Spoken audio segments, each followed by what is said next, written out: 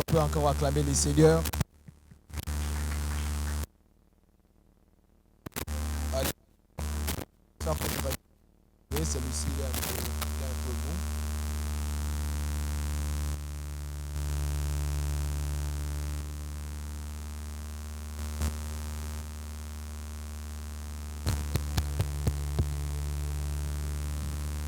Acclame Dieu. Et pourquoi vous êtes pas comme ça?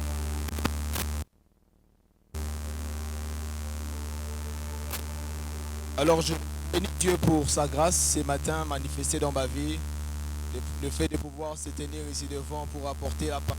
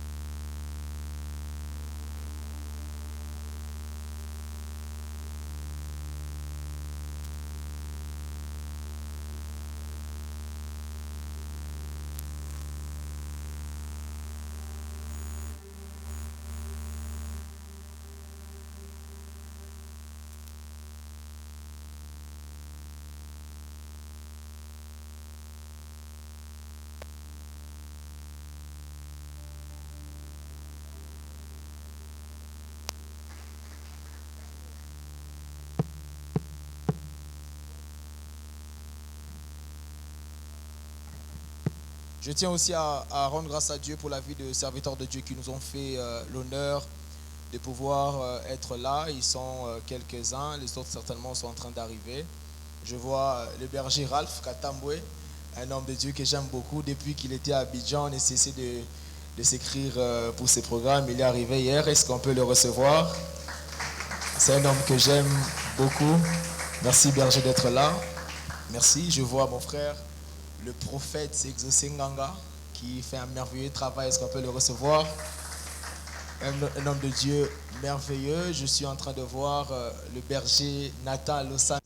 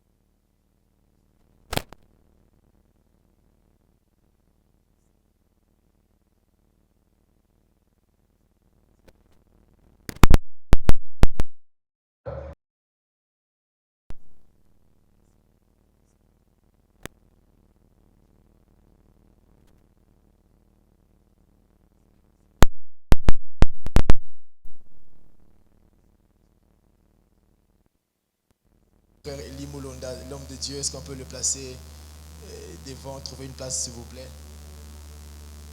Alors qu'il avance, qu'on peut le recevoir. Alléluia. Alléluia. Que Dieu soit béni, que Dieu bénisse aussi la servante de Dieu, Grâce Wendy. Est-ce qu'on peut bénir Dieu pour sa vie ici, pour l'adorateur Andy?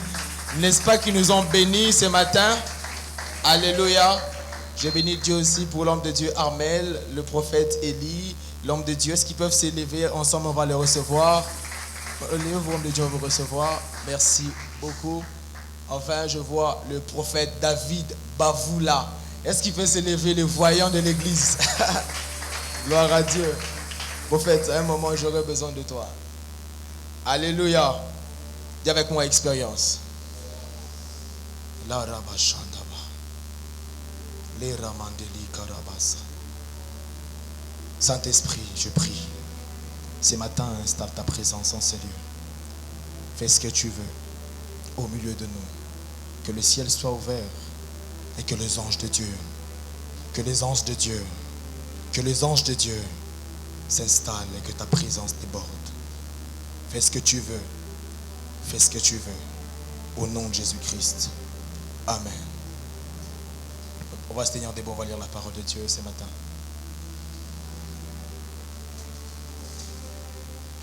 On va lire la Bible dans le livre de Genèse. Genèse chapitre 1er. Mon texte favori depuis un moment. Genèse chapitre 1er, du verset 26 au verset 27.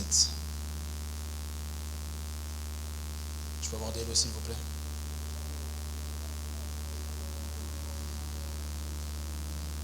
Genèse chapitre 1er, le verset 26, verset 27. Est-ce qu'on peut lire ensemble? 1, 2, 3. Puis Dieu dit, faisons l'homme à notre image, selon notre ressemblance, et qu'il domine sur les poissons de la mer, sur les oiseaux du ciel, sur les bétails, sur toute la terre, et sur tous les reptiles qui rampent sur la terre.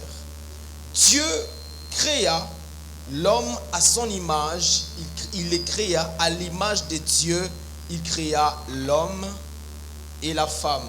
Alléluia. Alléluia. On va lire le psaume 82, du verset 6 au verset 7. Psaume 82, le verset 6 au verset 7. Est-ce qu'on peut aller? Est-ce qu'on peut lire ensemble? 1, 2, 3. J'avais dit, vous êtes des dieux, vous êtes tous des fils du Très-Haut. Cependant, vous mourrez comme des hommes, vous tomberez comme un prince quelconque. Alléluia. Je vous épargne de la longue lecture que nous devrions faire. On va lire juste 2 textes dans le Nouveau Testament et après on va finir. Colossiens 2, verset 9.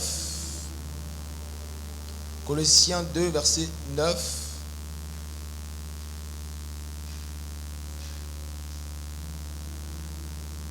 Et 2 Pierre 1, 3 à 4. Alléluia. Alléluia. La Bible déclare, Colossiens 2, 9, car en lui habite corporellement toute la plénitude de la divinité. 2 Pierre 1, 3 à 4. La Bible dit, comme sa divine puissance nous a donné tout ce qui contribue à la vie et à la piété au moyen de la connaissance de celui qui nous a appelés par sa propre gloire et par sa vertu, lesquels nous assurent de sa part les plus grandes et les plus précieuses promesses, afin que par elles, vous deveniez avec moi participants de la nature divine, en fuyant la corruption qui existe dans le monde. Est-ce qu'on peut acclamer le Seigneur Jésus?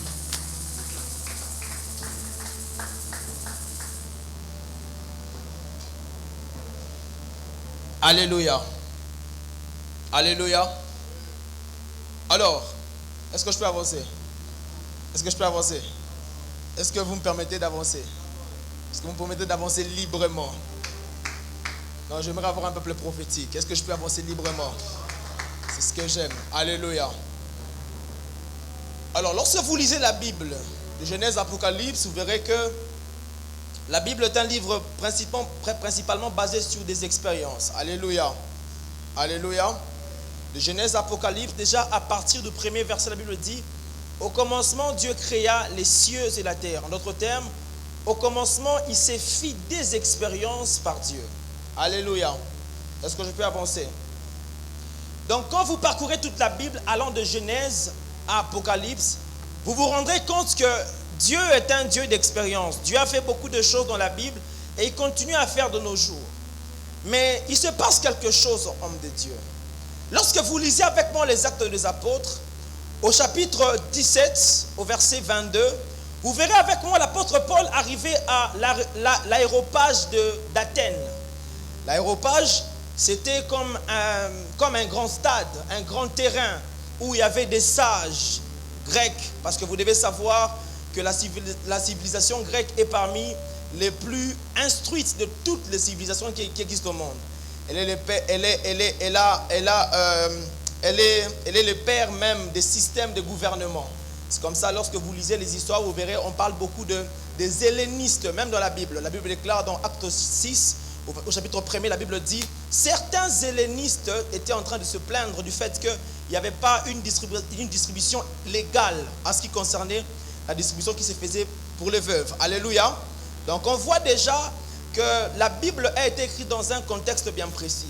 Et ce que j'aime, c'est que lorsque l'apôtre Paul arrive à Athènes, il arrive en Grèce, Athènes qui est la capitale de Grèce, n'est-ce pas? N'est-ce pas? Il arrive à Athènes, autour de l'aéroport, il est en train de parler. Il commence son sermon, il commence à prêcher. J'aime ce qu'il dit. Acte 17, au chapitre 22, il dit, peuple athénien, je me rends compte que vous êtes extrêmement religieux. Parce que j'ai parcouru votre ville, j'ai vu plusieurs statues. Jusqu'au niveau où même j'ai vu une statue sur laquelle il était écrit à un Dieu inconnu. Alléluia. Est-ce que je peux prêcher avec vous? Est-ce que je peux prêcher avec vous? Jusqu'à ce que j'ai vu une statue intitulée à un Dieu inconnu, à un Dieu qu'on ne connaît pas. Donc il a vu que les peuples athéniens étaient tellement religieux. Il a vu les peuples athéniens, ils étaient tellement donnés à la religion. Pourquoi? Parce qu'il y avait plusieurs statues représentant plusieurs dieux. Du reste, lorsque vous étudiez la mythologie grecque, vous verrez que c'est une panoplie de dieux. C'est comme ça qu'on parle de quoi? Comment on appelle ça? L'ensemble de plusieurs dieux là. Les panthéons. C'est comme ça qu'on parle du panthéon grec. Vous voyez, il y a plusieurs divinités. Et ils avaient bâti une ville. Et dans cette ville, il y avait plusieurs statues. Et lorsque l'apôtre Paul marchait, la chose qui l'a attiré son attention, c'était qu'il y avait plusieurs statues sur plusieurs lieux par rapport à ces peuples. Et lorsqu'il commence à discourir avec eux, et lorsqu'il commence à prêcher avec eux, il dit, je trouve que vous êtes extrêmement religieux. Pourquoi? Parce que partout où je suis passé, j'ai trouvé des statues. Et lorsque vous venez dans ces temps, lorsque vous revenez dans ces temps, vous remarquerez aussi qu'il y a la même chose dans nos églises. Lorsque vous allez dans les églises, vous remarquerez qu'il y a des statues. Lorsque vous allez dans des ministères, des groupes de prière, vous remarquerez qu'il y a des statues. Mais ces statues ne sont pas des statues physiques, mais ce sont des statues spirituelles. Parce qu'à chaque fois que la religion est installée quelque part, la chose qu'elle bâtit, c'est une statue. Est-ce que je peux avancer? Lorsque vous parcourez les églises, lorsque vous parcourez les ministères, lorsque vous parcourez les lieux de prière, vous remarquerez ce que l'apôtre Paul a eu à remarquer. On est devenu extrêmement religieux. Pourquoi? Parce qu'il y a des statues. Et ton voisin, quelles sont ces statues? Est-ce que je peux prêcher comme je le sens? Est-ce que tu peux être avec moi, s'il te plaît? Est-ce que je peux avancer? Et vous remarquerez avec moi quelque chose.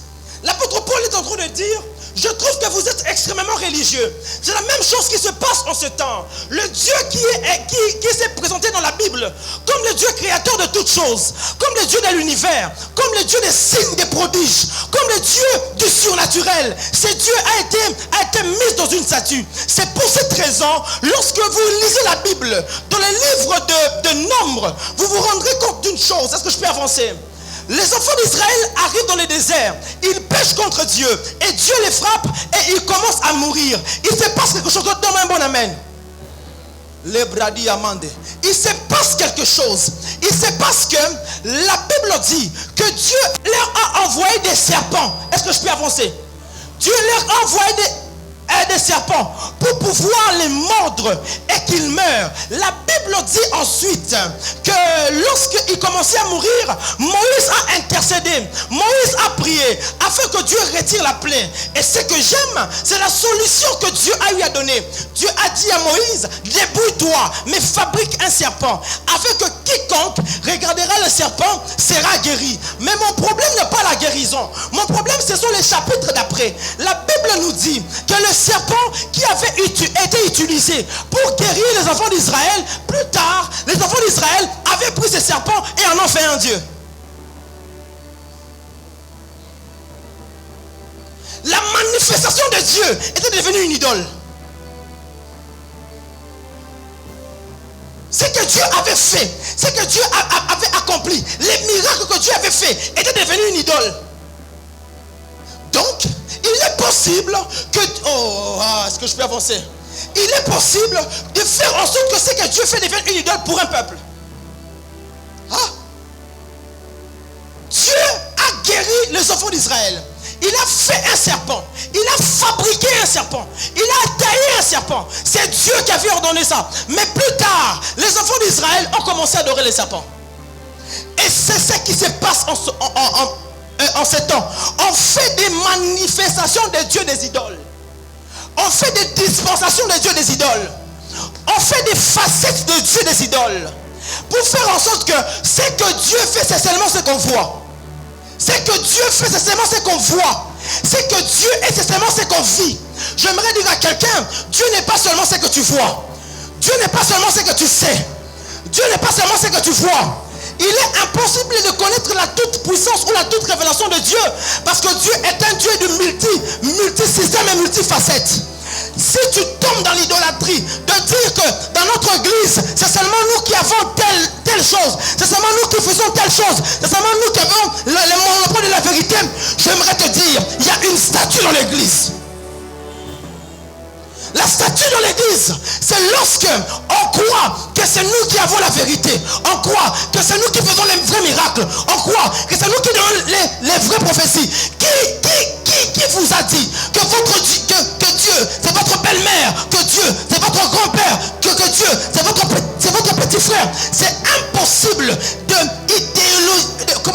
systématiser Dieu par rapport à un contexte ecclésiastique, par rapport à un contexte communautaire. Notre pasteur ne croit pas ainsi.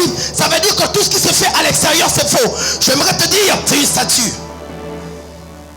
L'apôtre Paul dit, j'ai parcouru Athènes et je trouve que vous êtes extrêmement religieux. J'ai parcouru Kinshasa et je trouve que nous sommes extrêmement religieux. Dis ton voisin, Dieu, c'est ce que tu connais, mais c'est beaucoup plus ce que tu ne connais pas. Est-ce que je peux avancer? Et par le besoin, Dieu a un besoin. Lorsque vous faites la lecture prophétique des choses, est-ce que je peux avancer? Lorsque vous êtes un homme spirituel, vous comprenez dans le monde spirituel qu'il y a quelque chose qui ne va plus comme ça allait avant. Depuis 2020, vous pouvez sentir qu'il y a une atmosphère qui est bloquée. Vous pouvez sentir qu'il y a quelque chose qui est comme fermé en esprit. Les types de réveil, les types de vent, les types d'atmosphère qui a régné de 2010 en 2019, on ne la sent plus dans l'église. Je bénis Dieu pour la vie de mes aînés, le prophète Joël, le prophète, les pasteurs Glody, les prophètes Dino qui sont là. Je me rappelle il y a 10 ans, ici en Ngaliema, pratiquement 10 ou 11 ans, pour la première fois j'ai vu quelqu'un donner un nom de téléphone, une adresse, un détail comme on dit. C'était dans une activité que le prophète Joël avait organisée, Apocatastasis. Et dans cette même période, il y avait un ministère vers Pigeon que je tais les noms, qui était aussi une voie par laquelle Dieu avait introduit le mouvement prophétique, ses côtés. Et quand vous faites la lecture, vous essayez d'analyser depuis ces années ce qu'on a vécu avec Kairos, qu'organisait le pasteur Glody, ce qu'on a vécu avec le retraite qu'organisait la JPC de Métajek. Vous vous rendrez compte qu'il y a quelque chose qu'on a perdu. Mais pourquoi cela? Je me rends compte que la même remarque que l'apôtre Paul avait fait aux Athéniens, c'est la même remarque qu'il nous ferait à nous. Mais sauf que nous, nos statuts ne sont pas visibles. Nous, nos statuts sont spirituels et invisibles. Est-ce que je peux avancer? Avec moi, expérience. Dis à ton voisin, expérience. Dis à ton voisin, expérience. Tu peux croire que tu es spirituel, mais tu es juste spirituel en face d'une statue invisible. À chaque fois que tu restes borné sur une révélation de Dieu, cette révélation de Dieu devient pour toi une idole. Parce que tu n'arrives plus à faire un pas vers de nouvelles choses et de nouvelles expériences. C'est pour cette raison, est-ce que je peux avancer? Les pharisiens et les sadducéens n'avaient pas tort de combattre Jésus. La Bible dit dans Galates 1 que Jésus, naît sous la loi. Ça veut dire que quand Jésus faisait son ministère, il était sous la loi. Est-ce que je peux avancer? Donc quand Jésus faisait son ministère, c'était dans la même période que les Élie. C'est la même dispensation. La nouvelle alliance commence à la croix, pas à la naissance. C'est pour cette raison, lorsqu'il guérit certains lépreux, il leur dit quoi? Allez vous montrer chez les sacrificateurs. Parce que les sacerdoces lévitiques étaient toujours d'actualité. Est-ce que je peux avancer? Donc, c'était normal que les pharisiens se rendent compte que cet homme, ce qu'il fait, n'est pas écrit dans la Bible que nous avons. Jésus est la première personne à venir sur terre et à faire des choses qui n'étaient pas écrites. C'est choquant, hein? Oh, bah, maintenant, parce qu'il y a des statues. On va briser des statues aujourd'hui. Est-ce que je suis en train de vous préparer à vous faire entrer dans un mouvement hérétique? Non. Mais c'est que Dieu veut par cette activité qu'on embrasse la toute divinité de Dieu, qu'on embrasse la toute puissance de Dieu, qu'on embrasse les révélations de Dieu. Est-ce que vous savez que de Genèse à Apocalypse, c'est révélation sur révélation? Hein? Le Nouveau Testament est centralisé sur Jésus. Les évangiles relatent l'historicité de Jésus. Les actes relatent la vie de Jésus par les hommes. Les épîtres relatent la doctrine de Jésus. L'Apocalypse relate l'eschatologie de Jésus. Est-ce que je peux avancer? Est-ce que je peux avancer? Donc, à partir des évangiles jusqu'à la fin, c'est révélation sur révélation. Actes, révélation de Jésus-Christ par les hommes. Épîtres, révélation de Jésus-Christ par un homme Paul. Frère, un nouveau converti. On l'a vu persécuter des gens, on a vu tuer des gens, mais c'est lui qui veut nous donner des excellentes révélations de Dieu. Et ce qui me choque, c'est que ces aînés ne l'ont pas combattu, ils ont cru en ça. Dans aucune épître de Pierre, on a vu Pierre dire, ne croyez pas en ce que Paul enseigne. Par contre, il a même dit, ce qu'il enseigne, c'est excellent, c'est tellement difficile même à comprendre. Mais à aucun moment, il a combattu. Un homme avait reçu une révélation. Ils ont cru. Ses contemporains ont cru. Mais pourquoi nous aujourd'hui on ne veut pas croire aux révélations des autres?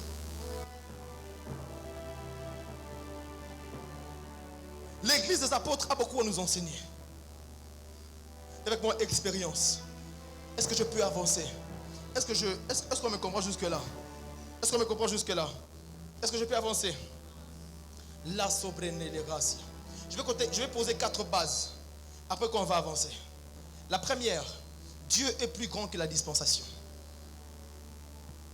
Même si on est dans la dispensation du Saint-Esprit, alléluia, Dieu peut faire des choses au-delà de ce qu'on peut imaginer. Parce que des fois, on limite Dieu en fonction de la dispensation. Est-ce que je peux maintenant te choquer? Est-ce que je peux maintenant te choquer? Qui utilise l'huile d'onction ici? Qui a l'huile d'onction? Non, n'ayez pas peur. Qui a déjà utilisé l'huile d'onction ici? 90% des chrétiens utilisent l'huile d'onction selon l'usage de l'Ancien Testament. Dans le Nouveau Testament, l'huile d'onction n'est fait que pour guérir les malades. Ça veut dire que c'est un élément qui a traversé l'Ancien Testament au Nouveau Testament. Alléluia. Est-ce que je peux avancer? Parce que Christ a fait en sorte que certains éléments ne puissent pas traverser, comme étant les bêtes, les sacrifices, les sangs, tout ça, ça n'a pas traversé. Mais il y en a certains qui ont traversé, comme étant par exemple la dîme, les offrandes. On les faisait dans l'Ancien Testament, on les faisait dans le Nouveau Testament. Mais l'huile est un élément qu'on utilisait quoi? Dans les sanctuaires. Mais cet élément, bizarrement, nous qui sommes chrétiens, pentecôtistes, protestants, on a choisi de faire passer ça avec le même usage dans l'Ancien Testament. Vous n'êtes pas biblique. Quand vous prenez l'huile, vous priez, Seigneur, je vois ma maison, je vois ma parcelle. Ce n'est pas biblique par rapport au Nouveau Testament. Mais quand je vous dis ça, vous allez me dire quoi? Non, c'est la révélation du Saint-Esprit. C'est ce que Dieu m'a dit. Mais quand quelqu'un prend un élément qui ne vous convient pas, vous l'attaquez. Pourquoi? Parce que vous avez bâti un Dieu en fonction de nos communautés, en fonction de nos pasteurs, en fonction de d'où l'on vient.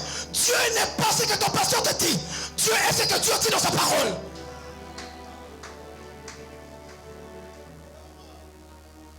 On prend l'huile. Seigneur, je prie. Je oins mes documents. Papa, ce n'est pas dans le Nouveau Testament ça. L'huile, c'est pour prier pour les malades. C'est ça la Bible. Mais quand je veux te dire, tu vas me dire quoi? Non, c'est la révélation. Le Saint-Esprit m'a envoyé. Le Saint-Esprit t'envoie toujours à faire ça. Tous les matins. Il y a des gens qui le font tous les matins. Azui, oui, la tienne à ce non. Ce n'est pas dans la Bible. Ce n'est pas dans le Nouveau Testament. Mais, quand ça vous arrange, Quand c'est un élément qui vous arrange, vous dites non, c'est la révélation.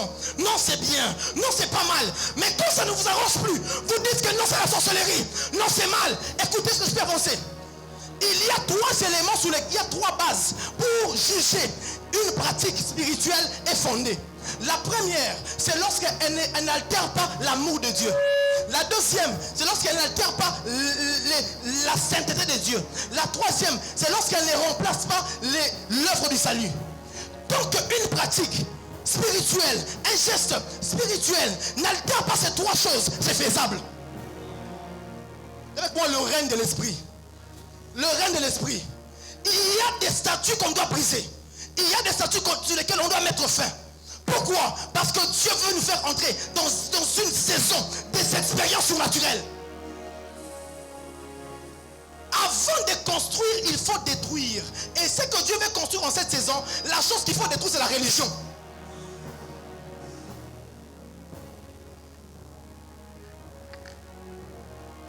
On a tous des plaies quelque part. Nos mouvements ont tous des plaies quelque part. Nos églises ont tous des plaies quelque part. Ce qu'on attaque chez les autres, on le fait autrement chez nous. Mais dans une facette beaucoup plus propre, bien présentée.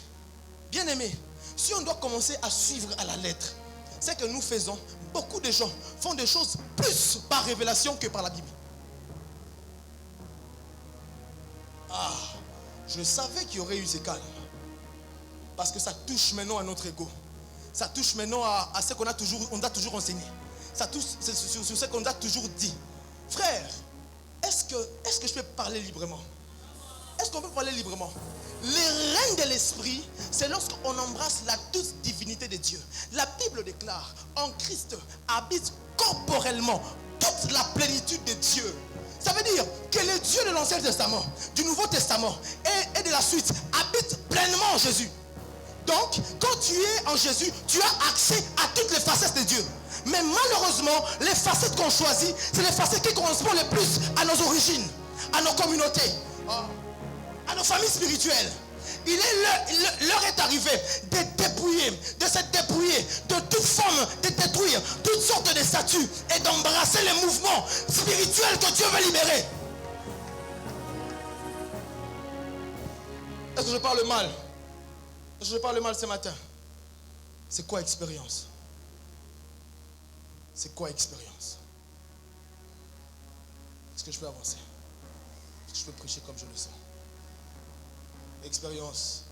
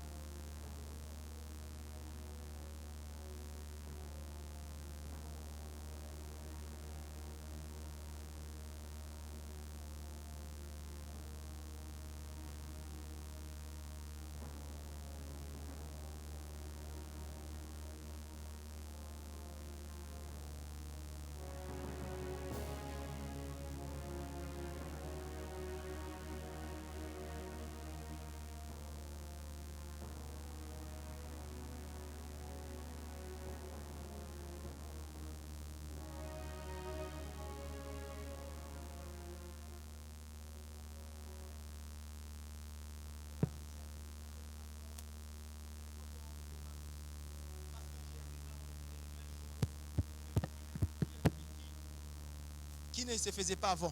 Mais ce qu'ils ne comprenaient pas, c'est que Jésus avait apporté une nouvelle révélation de Dieu. Mais sauf que eux étaient toujours dans l'ancienne révélation de Dieu. Écoute, à chaque fois que Dieu fait un pas vers une nouvelle révélation, si tu restes dans l'ancienne révélation devient une idole pour toi. Dieu continuera à te visiter là. Dieu continuera à te faire du bien là. Mais le seul problème, c'est que tu ne seras pas où Dieu t'attend. Tu ne seras pas dans ce que Dieu t'attend. Tu ne feras pas, tu ne pourras pas vivre et palper les réalités que Dieu est en train d'attendre de toi. Est-ce que je peux avancer? Est-ce que je suis en train de parler à quelqu'un ce matin? C'est même pour cette raison. Lorsque vous l'endroit le plus courant où vous rencontrez par exemple les expériences, lorsque vous déposez une demande d'emploi dans une entreprise, ok, vous vous rendrez compte que sur les CV ou même sur le besoin, sur la demande de l'entreprise, vous allez vous rendre compte sur l'offre, ils vont exiger que vous puissiez avoir un minimum d'années d'expérience. Pourquoi ils exigent cela? Ils veulent être sûrs que vous êtes suffisamment bâti, formé, concret pour jouer les rôles auxquels ils vous attendent. Ça veut dire que si vous avez 10 ans d'expérience, l'entreprise se rend compte que réellement vous êtes suffisamment bâti pour jouer le rôle auquel ils attendent à vous. Est-ce que je peux avancer? Si vous avez 15 ans d'expérience, c'est plus facile pour vous de pouvoir avoir du travail. Pourquoi? Parce que vous avez en vous plusieurs années d'exercice, plusieurs années de pratique, plusieurs années de fait dans ce que vous dites avoir la connaissance. Est-ce que je peux avancer? Une connaissance sans expérience est nulle. Parce que la Bible déclare que vous connaîtrez la vérité et la vérité produira l'expérience de l'affranchissement. Donc, même Jésus-Christ lui-même est un Dieu des expériences. Est-ce que je peux avancer? Est-ce que je peux avoir ton esprit? Berger David, est-ce que tu peux m'aider, s'il te plaît? Alléluia. Alléluia. Est-ce que je peux avancer? Acclame le Seigneur.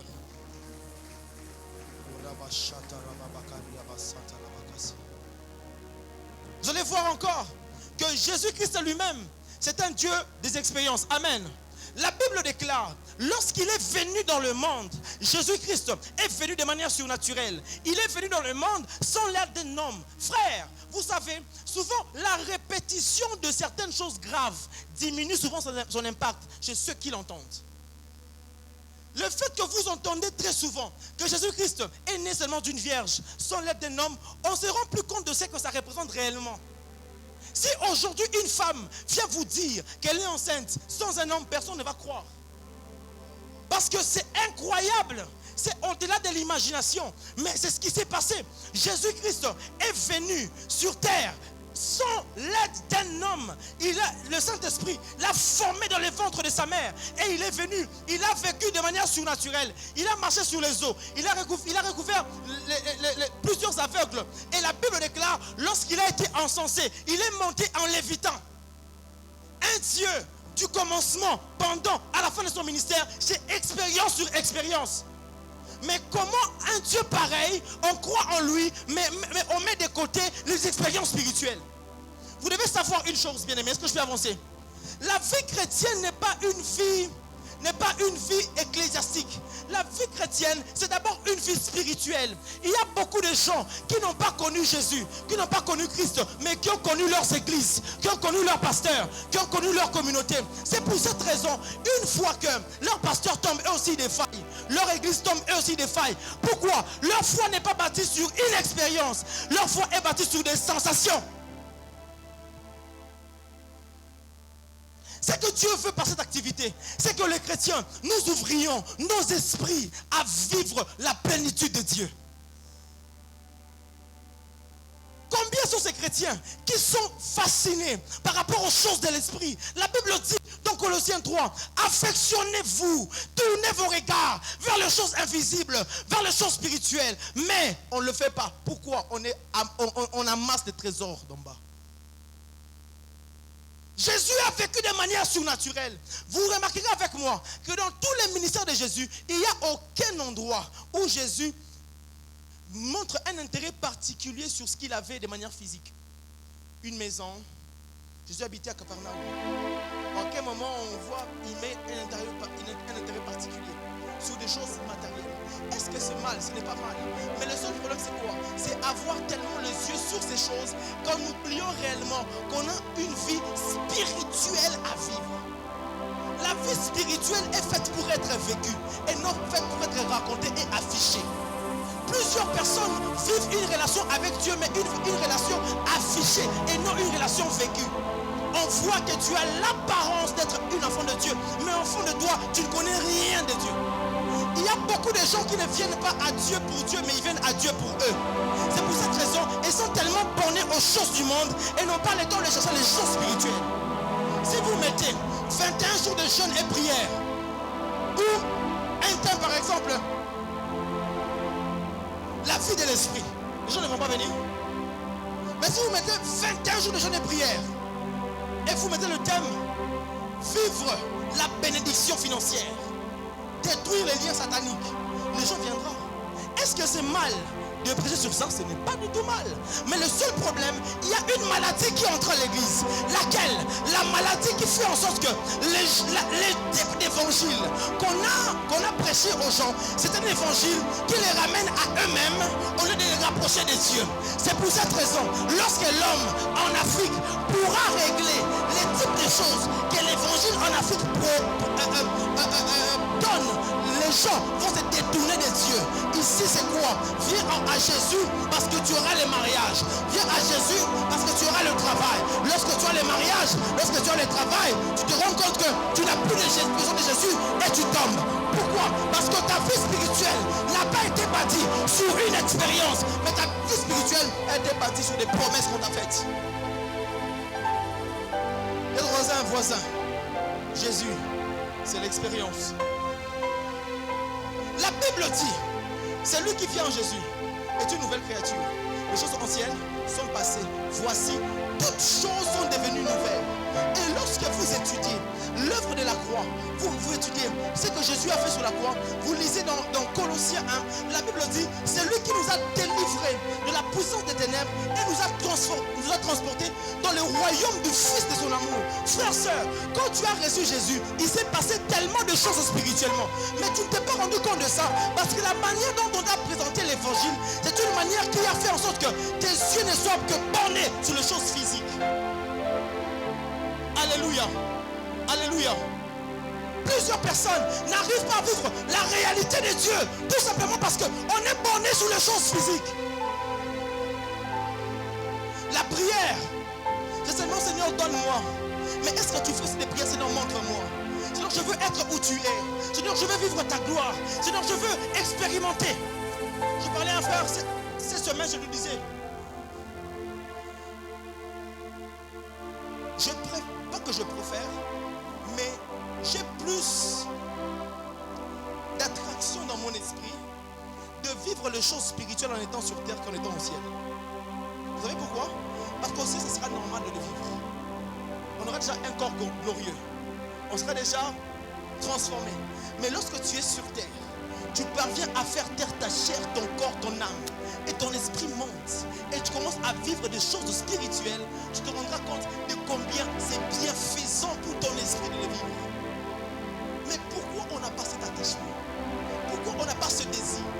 Pourquoi il y a de moins en moins de chrétiens qui développent une intimité profonde avec Dieu? Une intimité profonde avec le Saint-Esprit. Pour dire à Dieu, Seigneur, conduis-moi non selon ce que je veux, non selon ce qu'on m'a dit de faire et de ne pas faire, mais selon ce que tu veux.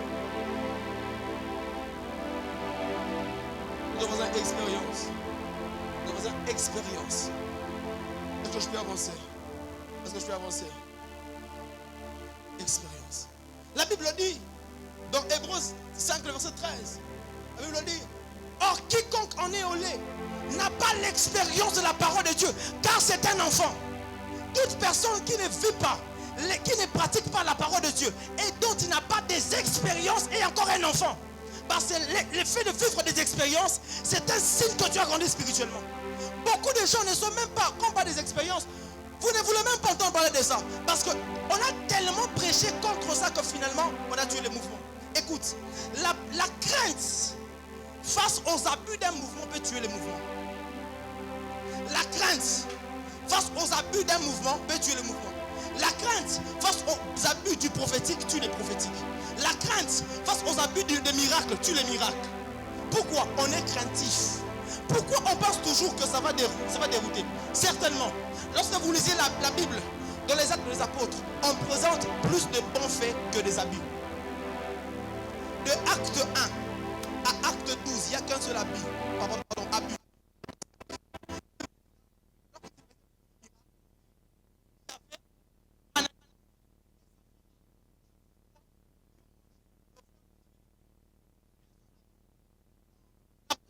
partie, la première moitié, quand vous allez dans la deuxième partie, il n'y a presque pas d'abus. Pourquoi la Bible prend le soin de présenter plus de bons faits que des abus? Mais qu'est-ce que nous faisons? C'est le contraire. On est plus borné à parler des manquionistes. On est plus borné à parler de faux miracles. On est plus borné à avoir peur. Non, ce n'est pas trop bien d'aimer ces choses. Non, ce n'est pas trop bien d'aimer les expériences. Frère, sœur, c'est bien d'aimer les expériences. Écoute, pour des expériences, mais être en Dieu doit rendre les expériences évidentes. Quel Dieu tu connais? En quel Dieu tu as cru? Si réellement c'est le Dieu vivant, si c'est réellement c'est le Dieu puissant, alors prouve-le. Beaucoup de gens ne peuvent pas prouver, ni théologiquement, ni historiquement, ni spirituellement, la réalité de Dieu dans leur vie.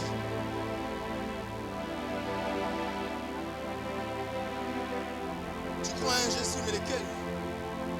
Tu crois en Jésus, mais lequel? L'heure dans laquelle nous sommes, ce n'est plus une ère où les gens, tu vas leur dire, crois au Seigneur Jésus. Va te dire, parle-moi de Jésus. C'est qui Jésus? Explique-moi, c'est qui? Moi, je sais que c'est un homme qui est venu juste sur la terre, envoyé soi-disant par Dieu. Et il sort des preuves scientifiques, il travaille dans la sorcellerie pour montrer que Jésus n'est pas faux. Il est faux. Il y a 3 mois, j'ai parlé avec un frère qui était rappeur gospel, connu en Afrique du Sud et ici au Congo. Il a fait des merveilleux sons. Le frère est devenu antichrist. Antichrist. On a parlé près de 2 heures au téléphone. Je lui ai demandé, mais papa, qu'est-ce qui s'est passé? Il a commencé à me relater son histoire. Il m'a montré, il a sorti les preuves de comment est-ce que Jésus est un mythe, formé de toutes les pièces.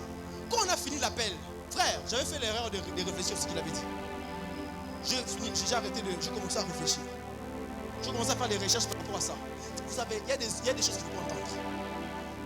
J'ai passé 1 semaine en train de me convaincre que Jésus existe. Donc, c'était tellement... Vous savez, il y a certaines doctrines, c'est des doctrines des démons qui ont des esprits derrière. Quand tu les entends, ça peut te troubler. Ça peut te troubler. Frère, Nafanda Penabo, Shanda Rabasia. Tu sens comme s'il y a une force qui te dit non, c'est faux ça, arrête ça, c'est faux ça. Regarde ce que tu as vu récemment, regarde ce que tu as lu. Toi-même tu as vu, n'est-ce pas? C'est Dieu qui veut te délivrer de l'esclavagisme, de la colonisation, tout ça. Mon Dieu, mon Dieu. Mais quand je suis allé à la montagne, les expériences spirituelles que j'ai vécues, m'ont montré réellement que Dieu est réel, Dieu est évident, Dieu est puissant, Dieu existe. Frère, sœur, lorsque ta foi fera comme défaillir, souviens-toi des témoignages qui sont des expériences, qui sont des choses que Dieu a eu à faire, a eu à te montrer. La Bible dit que ma parole, ma prédication ne repose pas sur des discours persuasifs de la sagesse humaine, mais sur une démonstration d'esprit et de puissance. On est souvent pressé de parler de la puissance, mais il y a d'abord l'esprit. Donc quand Paul arrivait quelque part, il ne guérissait pas d'abord les malades, il démontrait d'abord l'esprit. Il faisait quoi? On parle de la démonstration d'esprit et de puissance. La puissance, on sait ce que ça fait. Ça guérit, ça touche, ça impacte des signes, prodiges et des miracles. Maintenant, c'est quoi la démonstration d'esprit? Démontrer le Saint-Esprit, c'est quoi? Quand tomber les gens, vous êtes sûr? À Rome, en Grèce, quand tomber les gens, c'est ça. Qu'est-ce que Paul faisait? Quel type de miracle que les apôtres ont fait pour qu'un magicien qui avait une puissance qu'on appelait la grande puisse se convertir et venir écouter Pierre? Qu'est-ce qu'un magicien fait? Il peut prendre un mouchoir, pouf, il transforme en un oiseau. Il prend quelque chose, il fait disparaître. Mais il a vu des hommes en chair faire des choses et il est venu pour savoir qu'est-ce qu'ils avaient de plus. La question n'est pas ce qu'ils avaient de plus. La question c'est qu'est-ce qu'ils faisaient eux. Dieu est plus grand que tout ce qu'on peut te dire, frère. Dis-le aux voisins, bienvenue à la réalité de Dieu. Bienvenue au monde des expériences. Et je parle à quelqu'un. Quand je parle à quelqu'un comme ça, donc quand ça, c'est la conversation, pose un iPhone 16. Ta vie c'est juste ça. Le manger, les vêtements, c'est bien ces choses, mais ce n'est pas là où tu dois t'arrêter. Quand tu te dis chrétien, il faut que tu aies une vie remplie de choses de l'esprit. Il faut que tu aimes le Saint-Esprit. Il faut que tu cherches Dieu dans les profondeurs afin de le vivre de manière évidente. Est-ce que je peux maintenant entrer dans mon message? Acclame le Seigneur. La Sabrana Mandorobo Shakayaba. Et avec moi, la divinité dans les hommes. Je parlerai de trois choses. Je parlerai de la divinité dans les hommes. Je parlerai de la divinité parmi les hommes. Je parlerai de vivre pleinement la divinité. Est-ce que vous me permettez? Merci.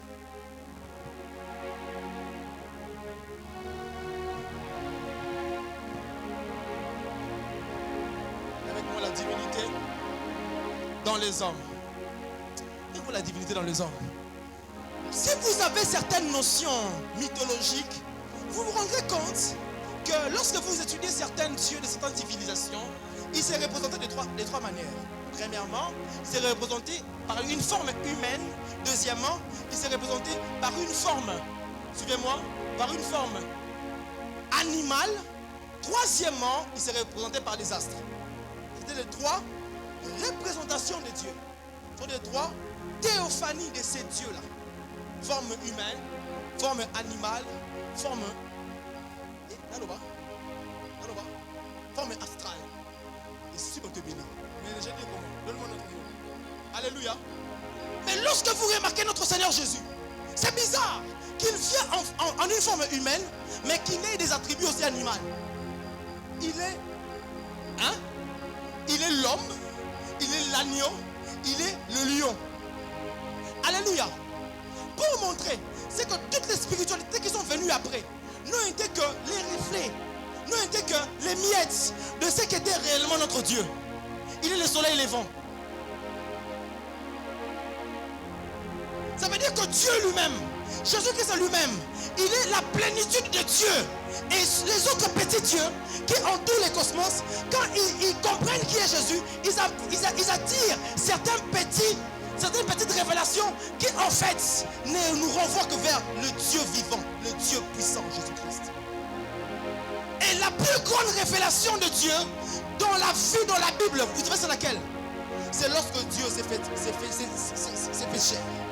Parce que toute la plénitude de Dieu n'habite pas dans un ange. Toute la plénitude de Dieu n'habite pas dans un animal.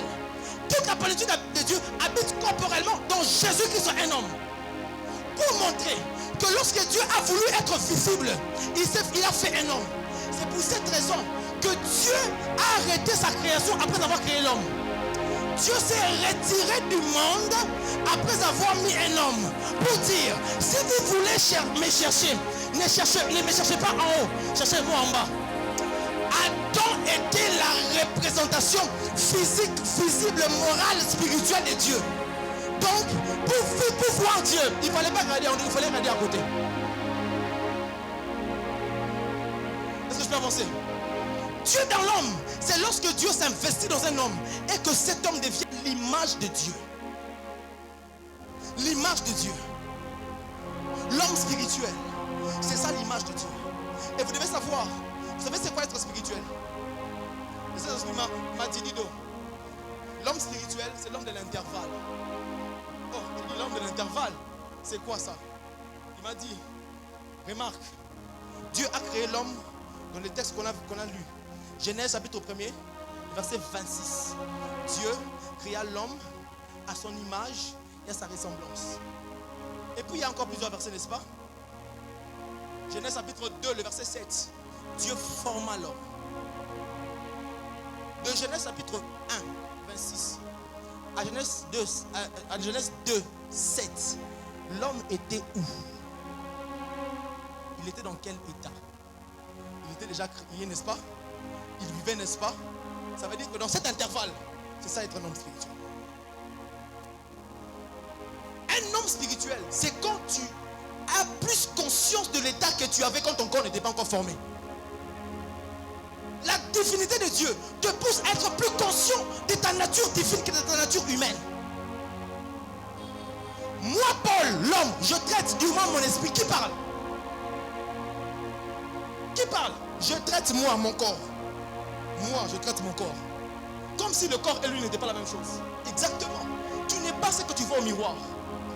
Tu es ce que Dieu voit en toi. Et ce que Dieu voit en toi, c'est l'esprit. Voilà pourquoi à la croix, Jésus est venu sauver le plus important. L'amour spirituel. La divinité de Dieu dans l'humanité de l'homme, c'est lorsque l'homme accepte de revenir en Éden et de redevenir les reflets de Dieu dans le temps. Écoute, lorsque Dieu s'est manifesté dans l'homme, il a fait en sorte qu'on ne cherche plus verticalement, mais que l'on cherche horizontalement. Quand on prie, Seigneur, fais quelque chose, Seigneur, délivre-moi de ces problèmes. Écoute, Jésus est fâché quand tu fais ça. Hein? Est-ce que je suis choqué? Écoute, la Bible dit, la tempête s'est levée. Qu'est-ce qu'ils ont dit? Seigneur, regarde, nous sommes en train de périr. Jésus s'est réveillé, il leur a dit quoi? Race d'incrédules.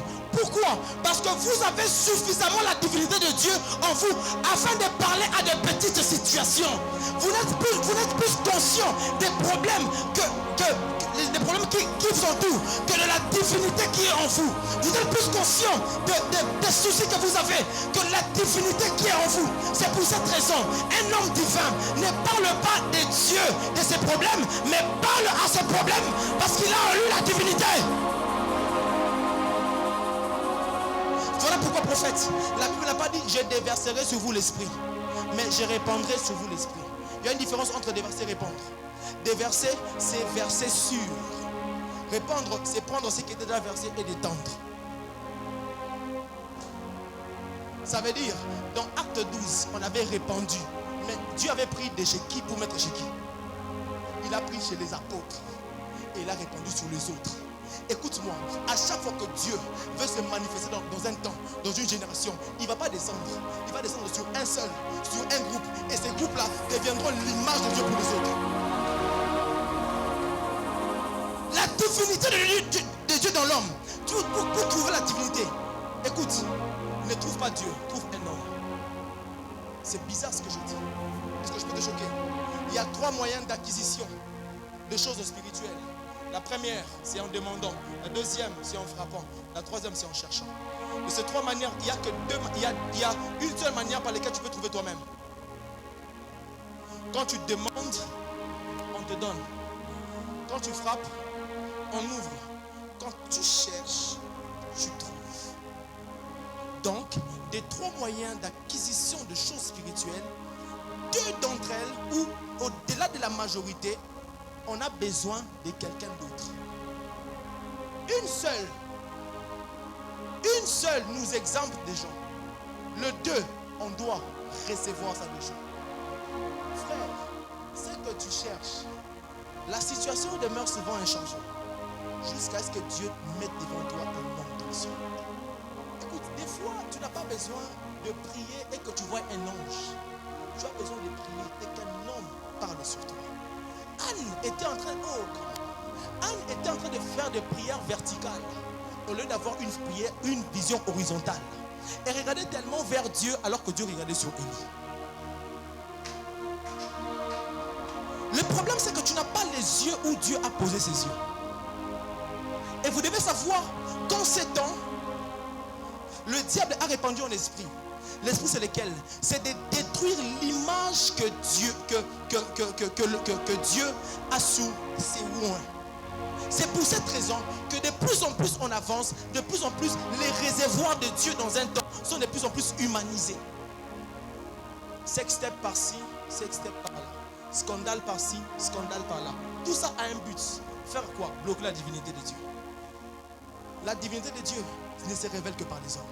Et quand les contemporains de ces hommes n'arrivent plus à voir en eux la divinité de Dieu, ils sont aussi bloqués par rapport à la révélation de Dieu. Est-ce que je peux vous choquer? Les grandes révélations de Dieu par des hommes n'ont pas été initiées principalement d'abord par l'homme lui-même, mais a été initiées aussi par ceux qui l'entourent. Est-ce que je peux avancer? Jésus, enseignant sur les méthodes de guérison, les méthodes d'exorcisme, alléluia. Et ça divino passé. L'exorcisme, c'est l'art de pouvoir chasser des mauvais esprits, n'est-ce pas? Bon, mais pourquoi ça vous fait mal? Parce que c'est les prêtres catholiques qui les font. Et comme eux, ils sont dans les mal et qui vont aller à l'enfer, c'est mal. Alléluia. avec moi, exorcisme. Jésus le faisait. Vous voyez, il faut qu'on brise la religion. Ce sont des mots. Ce sont des mots. Tape dans le dictionnaire, c'est ça. Alléluia. Il dit quoi? Lorsque vous devez prier pour les malades, vous faites quoi? Imposez les mains aux malades et ils seront guéris. Donc la méthode de guérison, c'est quoi? C'est l'imposition des mains et la guérison.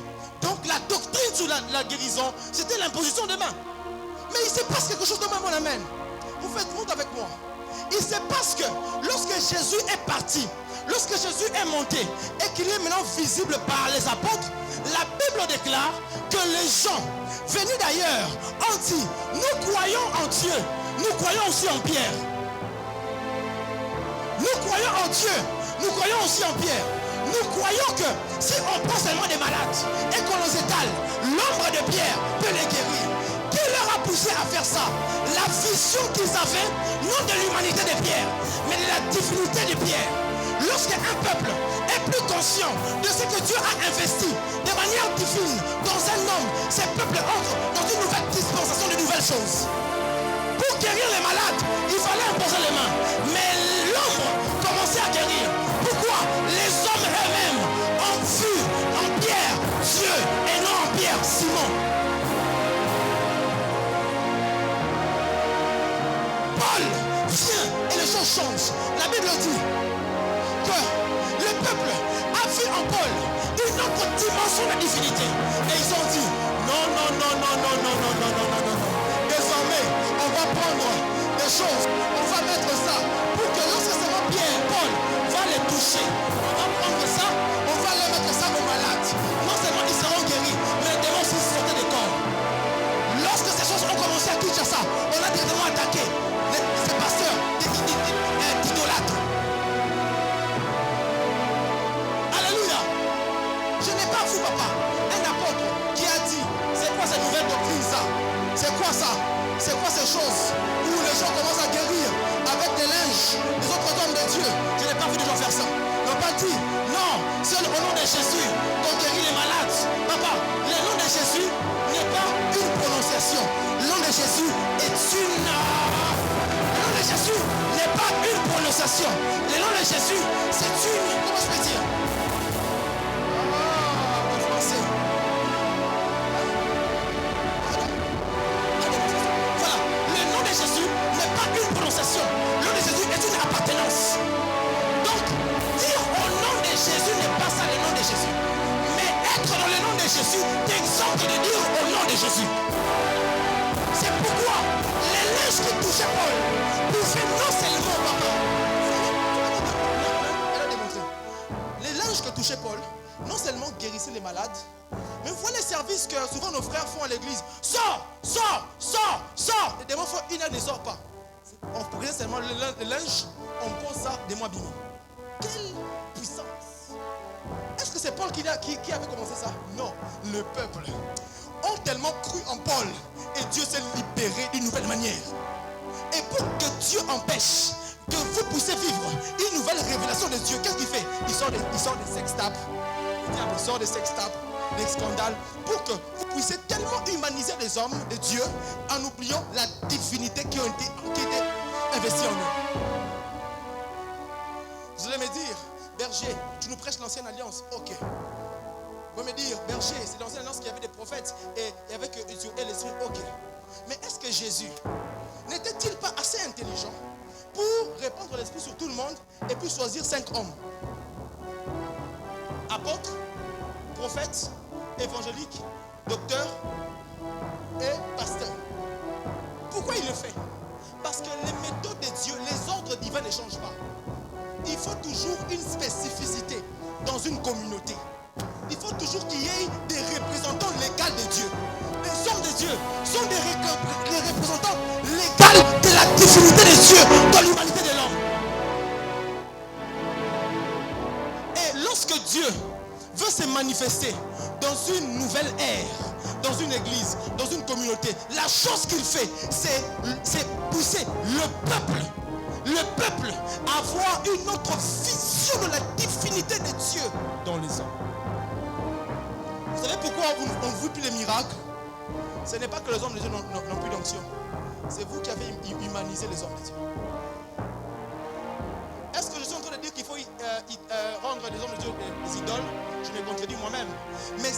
veut, c'est qu'en cette saison, qu'on reprenne la manière de concevoir les choses que les apôtres avaient et leurs contemporains avaient. Quelle foi, frère! Il y a des miracles qui ont commencé il y a quelques années. Papa Ralph, chez un père du pays, où ces photos guérissaient les gens. Je suis contre que ça devienne une doctrine, mais je suis pour quand c'est fait avec foi et révélation. C'est possible que, écoute, la femme à la perte de sang, comment est-ce que je peux penser? La foi de la femme à la perte de sang a montré que le vêtement d'un oin peut guérir quelqu'un. Ce n'est pas Jésus qui a enseigné ça, c'est la foi de la femme qui a enseigné ça.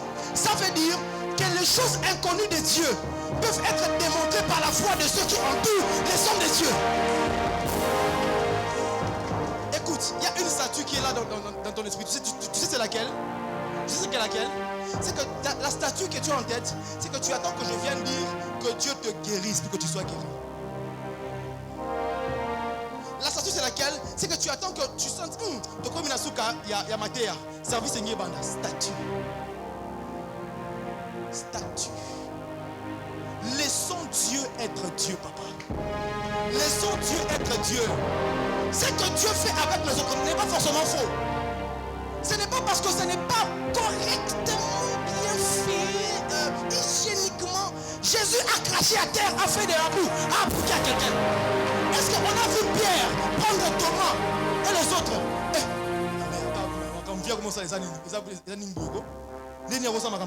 Personne n'a fait ça. Pourquoi? Ils croyaient tellement en la divinité de Jésus. Écoute, il y a le Jésus qui guérit la belle-mère de Pierre. Mais le même Jésus marche aussi sur l'eau. En cette saison, c'est le Jésus qui marche sur l'eau qui veut se manifester. Les apôtres croyaient en Jésus. Mais les apôtres connaissaient aussi les fantômes. Mais ce jour-là, ils ont développé une foi directe envers des mythologies, envers d'autres spiritualités sur les champs. Mais ils ont tout fait. Non, nous refusons ces miracles-là, c'est les fantômes. C'est ce qui se passe maintenant. On fait tout pour refuser que c'est Dieu. On fait tout pour dire que donner le mot de défense, c'est Dieu. C'est Dieu. Ah, bon, pourquoi il y a des statues? Papa, Dieu veut Jésus maintenant, il veut marcher sur les eaux. Jésus veut passer par les murs. Ah, Jésus veut faire des choses que notre humanité n'accepte pas forcément. Troisième point, Dieu. La divinité de Dieu dans l'homme, ce n'est pas seulement Dieu dans l'homme, mais c'est Dieu parmi les hommes. Alléluia. Suivez ceci. Sois fort mon frère, je prêche seulement comme ça. Suivez ceci. Écoutez, il est plus facile pour Dieu de s'investir dans un homme que de s'investir dans une communauté ou un territoire. Je répète, il est plus facile pour Dieu de s'investir dans un homme que de s'investir dans un territoire. Il est plus facile pour Dieu de s'investir dans Moïse que de changer toute la mentalité du peuple d'Israël. Il est plus facile pour Dieu de s'investir dans Pierre que de convertir tous les juifs. À chaque fois que Dieu veut quitter de l'individualité à la communauté, il y a toujours des choses à respecter. Des choses que Dieu, il y a un processus que Dieu lui-même respecte. La divinité de Dieu dans l'humanité de l'homme n'est pas seulement que tu vives individuellement Dieu, mais c'est que le Dieu que tu vis puisse s'étendre. Mais le problème c'est lequel? C'est que le fait d'étendre ta divinité dans un territoire tient compte de plusieurs facteurs. Et ce sont ces facteurs que le diable combat à ce temps. Si on est sincère, quand je priais pour ces instants, je pouvais faire une vision et je vois dans mon esprit, il y avait un géant des eaux.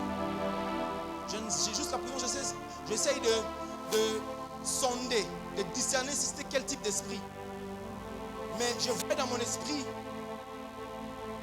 un géant des eaux. Et c'était quoi sa mission? Il avait quitté la terre, il avait quitté la mer et s'est établi sur plusieurs nations, notamment la nôtre.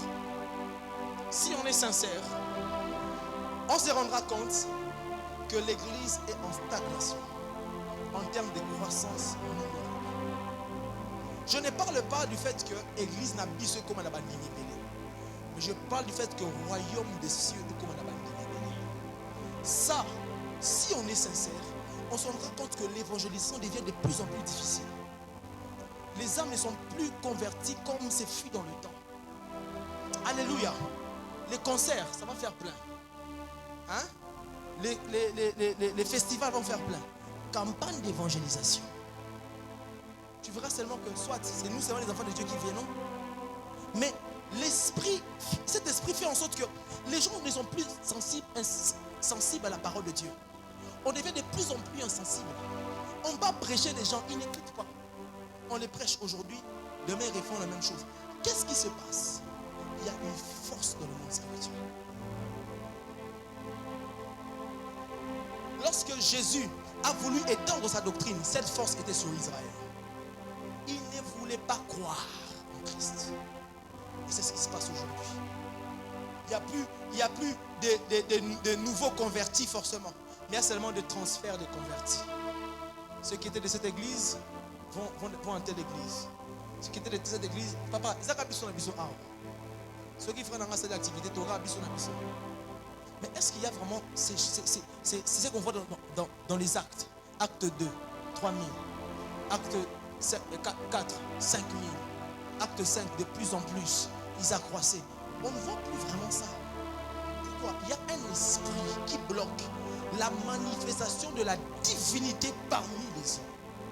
Parce que l'évangélisation est le premier facteur qui impose la divinité dans un territoire et dans une surface. Voilà pourquoi on nous prêche de tout sauf de l'essentiel.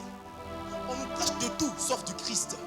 On nous prêche de tout sauf de Jésus. C'est pour cela qu'il y a moins en moins de réelles transformations et moins en moins de réelles conversions. On nous enseigne surtout. Aujourd'hui, si on fait vraiment un sondage, que chaque chrétien défend sa foi chrétienne, expose le mystère de la croix, peu pourront le faire. Même si on commence ça maintenant, on sera choqué. Est-ce qu'il y a réellement des chrétiens aujourd'hui, témoins de Jéhovah pour plutôt Bethany, au gagner paix? Pourquoi on ne le fait pas? L'esprit bloque même les loin à pouvoir prêcher l'essentiel.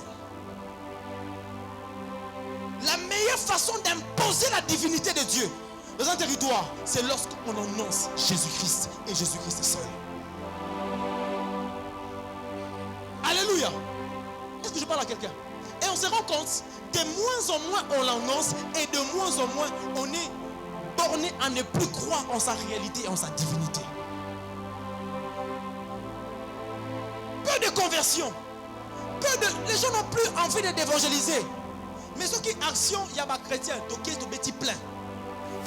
Mais si c'est une action où on doit maintenant faire grossir le royaume, on est plus borné à nos intérêts personnels qu'à l'intérêt du royaume. On est plus borné à l'intérêt de l'église locale qu'à l'intérêt de l'église universelle.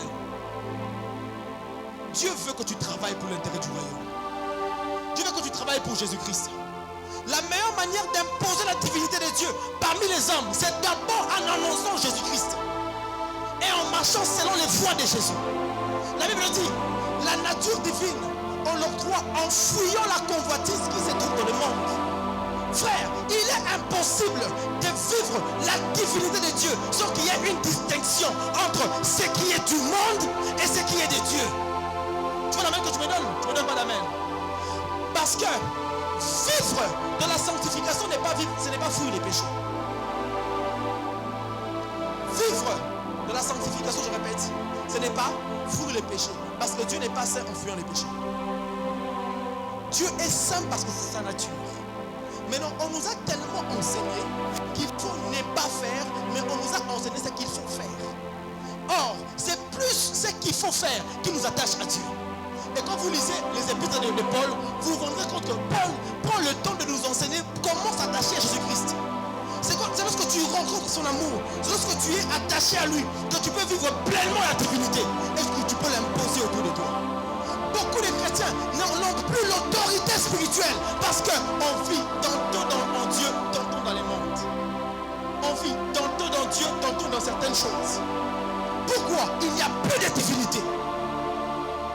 La divinité ne va s'imposer que lorsqu'on va refléter les valeurs du royaume. Lorsqu'on va imposer les valeurs du royaume. Est-ce que je parle à quelqu'un? Est-ce que je parle à quelqu'un? La divinité sera pleine et vécue que lorsqu'on va accepter que Jésus-Christ soit prêché avec force et puissance. Est-ce que je parle à quelqu'un? Alléluia. Alléluia. Et l'esprit qui agit en ces temps fait 4 choses. Il détruit l'image des réservoirs de Dieu. C'est ce dont j'ai parlé des hommes de Dieu. Deuxièmement, il impose un système religieux dans les assemblées où Dieu est censé se manifester. C'est au début quand je parlais des statues. Quand les autres utilisent certaines choses que vous avez jugées, vous dans votre communauté, mauvaises, c'est mal, c'est la cabale. Alléluia. Donne-moi un bon amen. Donne-moi un bon amen. Quand vous lisez la Bible et que vous regardez les créatures de Dieu, vous aurez l'impression que Dieu vraiment au ciel est entouré par ce que les dessins animés et les films nous montrent des démons. Est-ce que vous savez que Lucifer n'est pas ce qu'on voit dans la télé? C'est d'être là bizarre. Et on a fait en sorte que ce qui concerne le monde spirituel est relativement associé à ce que nos télés nous montrent. C'est pourquoi, quand je parle de Jésus, tu vois quoi? Un bel homme, tout blanc, avec de longs cheveux, qui se met au ciel avec des enfants. Pourquoi? C'est le Jésus des dessins animés. Jésus des films. Mais quand tu lis les livres prophétiques, tu vois les visions que Dieu faisait. Tu vois que Dieu a des esprits féminins. Hein? Oh, ils sont dans la Bible. Tu vois que Dieu a des esprits qui ont des cornes, des yeux partout. Frère, si on fait cette image ici, tu diras quoi? Non, ça c'est le diable. Ce n'est pas le diable, c'est Dieu. Tu vois? Tu ne donnes pas la main parce que tu as les Jésus des films et des dessins animés. Jésus qui marchait à Galilée comme ça, qui était tout bon. Jésus n'est pas que ça. Jésus c'est les lions de la tribu de Judas. Jésus c'est les régions de David. Jésus c'est l'agneau immolé. Écoutez, dans tout l'Apocalypse, Jean a vu Jésus mais de plusieurs manières. Apocalypse 1, il a vu l'homme. Apocalypse 5, il a vu l'agneau. Il fait comme ça encore, c'est les lions. Qu'est-ce qui se passe? Il change de forme. Mais l'idolâtrie, c'est lorsque toi tu acceptes seulement que Jésus-Christ, c'est seulement ce qu'on nous a prêché dans notre communauté. Nous ici, le thé qui se débat, c'est mal. Nous ici, le numéro de téléphone, c'est mal. Nous ici, c'est quoi encore? Prier avec l'eau, c'est mal. Prier avec l'eau, c'est mal depuis quand? C'est mal depuis que vous avez accepté dans votre communauté que ce soit mal. Voilà pourquoi je disais, pour ceux qui sont arrivés, beaucoup de chrétiens utilisent l'huile à mauvais escient. Moi je vais vous combattre. L'huile, le Nouveau Testament, c'est juste pour la guérison des malades. Mais vous en avez fait pour rendre vos bureaux, vos chambres, vos maisons, vos téléphones. Vous l'avez même avec. Mais quand on fait vous poser la question, vous dites quoi? C'est la révélation. Mais quand les autres prennent un élément qui ne vous plaît pas, vous dites que c'est mal. Et avec moi, Dieu, parmi les hommes, laissons Dieu être Dieu, papa. Dieu élève une race de sacrificateurs, de prêtres et de prêtresses qui vont embrasser la toute divinité de Dieu. Alléluia. Alléluia. Est-ce que je parle à quelqu'un? La 4e chose, il empêche de grandir avec de nouvelles révélations de Dieu. C'est dont je parle. Il étouffe la manifestation totale de la puissance de Dieu. Le remède, c'est qu'il y ait des intercesseurs qui s'élèvent pour combattre cet esprit. Écoute, il n'est pas possible de vaincre un royaume physiquement tant qu'on n'a pas encore vaincu spirituellement. Dieu en ces temps élève des intercesseurs du temps de la fin. Des hommes qui vont plier les genoux jusqu'à ce que la pluie vienne, jusqu'à ce que le réveil vienne, jusqu'à ce que Dieu se manifeste, jusqu'à ce que la puissance de Dieu vienne. Ils vont plier les genoux jusqu'à ce que les voiles tombent et que les gens se convertissent. Et enfin, vivre pleinement la divinité de Dieu dans l'humanité. J'aimerais dire à quelqu'un, pour finir, que lorsque Dieu s'est manifesté sur la terre, lorsque Dieu s'est manifesté parmi les hommes avaient tellement foi en Dieu, croyaient tellement aux choses de l'esprit. Le ministère des anges était tellement évident au temps des apôtres. Acte montre, un ange descend. Acte 8, Philippe fait l'évangélisation accompagné d'un ange. Et avec moi Philippe, évangélisé. Tu vois, Philippe, évangélisé, accompagné d'un ange. C'est un ange qui lui disait va à gauche, va à droite et fais ceci, fais cela. Pourquoi? Parce que ces peuples croyaient tellement à la plénitude des dieux. J'aime la foi de ces peuples. Ils ont prié pour que Pierre soit libéré, mais leur incrédulité a quand même montré la foi aux choses de l'esprit. Pierre vient et frappe à la porte. Une femme au nom d'Hérode va ouvrir. Elle voit Pierre. Au lieu d'ouvrir, elle rentre. Elle dit, je vois, c'est Pierre qui est là. Ils n'ont pas dit que ce n'est pas Pierre. Ils ont dit, nous croyons qu'il y a des anges qui sont comme Pierre. Est-ce qu'en ce temps, il y a ces peuples qui croient tellement à la toute révélation de Dieu, qui croient au mystère de Dieu, qui croient aux choses de Dieu, qui croient que les anges existent, qui croient qu'ils nous accompagnent, qui croient qu'ils marchent avec nous. Mais on est tellement bornés aux choses du monde, on est tellement bornés au plaisir du monde, qu'on oublie la réalité invisible. Et c'est cette réalité que Dieu veut susciter en ce lieu. Et c'est cette réalité que Dieu veut élever en ce lieu. Dieu veut élever un peuple qui ne croit pas seulement qu'il existe, mais qui vit les évidences, qui vive les évidences. Dieu ne veut pas seulement croire, Dieu ne veut pas seulement un peuple qui disent que non, je crois en Jésus. Ne dis pas que tu crois en Jésus, démontre le Jésus auquel tu crois. Je disais démontre le Jésus auquel tu crois. Je disais démontre le Jésus auquel tu crois. Il y a peu de gens en ces lieux qui peuvent réellement démontrer Jésus. Mais j'aimerais dire à quelqu'un, à l'image, en la foi dans ce message, Dieu te donne le moyen, la foi, l'amour de ces choses, l'amour de sa divinité, l'amour de sa révélation, l'amour des choses de l'esprit, l'amour afin que tu dises à Dieu, Seigneur, on m'a dit des choses sur toi, on m'a raconté des choses sur toi, mais maintenant, je veux te voir tel que tu es, je veux te vivre tel que tu es, je veux te voir tel que tu fais, je veux te voir tel que tu es. Seigneur, je veux que tu me choques. Oh, je veux t'écrire parce que c'est Jésus. Jésus, je t'ai vu guérir les malades. Maintenant, je veux te voir marcher sur les eaux. Jésus, je t'ai vu à plusieurs reprises comme tu es.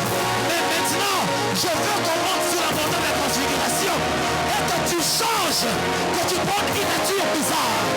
Je veux le Dieu bizarre. Je veux le Dieu que je ne comprends pas. Je veux le Dieu que je ne maîtrise pas. Voilà pourquoi, pour que Dieu se rassure, qu'on ne puisse pas être maîtrisé, il a fait en sorte que la Bible ne dise pas tout ce qu'il peut faire. Gentil, il y a des miracles qui n'ont pas été écrits. Il y a des choses qui n'ont pas été écrites. Dans Acte, il est venu, il a parlé pendant 40 jours. Des enseignements qu'on ne connaît pas. Qu'est-ce que Jésus a laissé comme dernier enseignement? Qu'est-ce que Jésus a fait comme dernier miracle? On ne sait pas. C'est ce Jésus que je veux. Le Jésus que je n'arrive pas à comprendre. Je sais qu'il a multiplié les pains. Je sais qu'il est marché sur les eaux. Je sais qu'il a fait des choses. Mais il y a beaucoup de choses que j'ignore sur lui. Les choses que j'ignore, c'est ce qui m'attire. Les choses que j'ignore, c'est ce que je veux. Je ne veux pas le Jésus de la francophonie. Je ne veux pas le Jésus de la francophonie. Je ne veux pas le Jésus des Arabes ni des Noirs. Je veux le Jésus de la Bible. Je ne veux pas le Jésus qu'on m'a prêché. Je veux le Jésus que je vois dans les Écritures. C'est lui qui marche sur les eaux. C'est lui qui fait des choses bizarres. C'est lui qui ressuscite les morts. Je veux le Jésus invisible.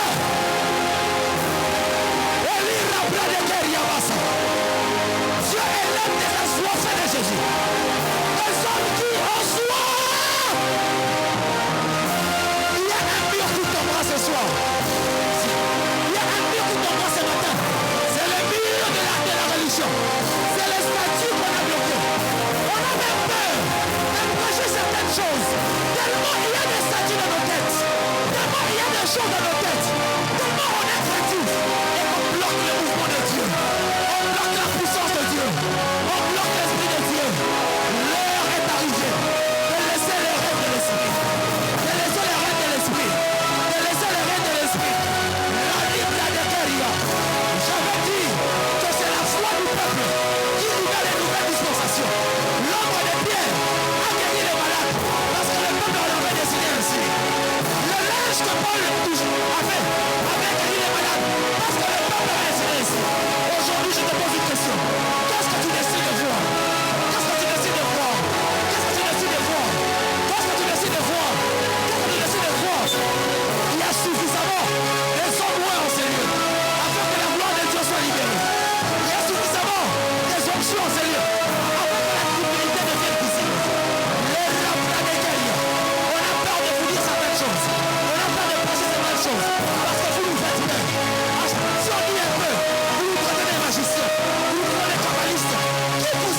choses. La planète, tu es plus fort que la cabale. Tu es plus fort que la sorcellerie. Le règne du faux ne va finir que lorsque ceux qui sont relevés vont complètement accepter. Complètement.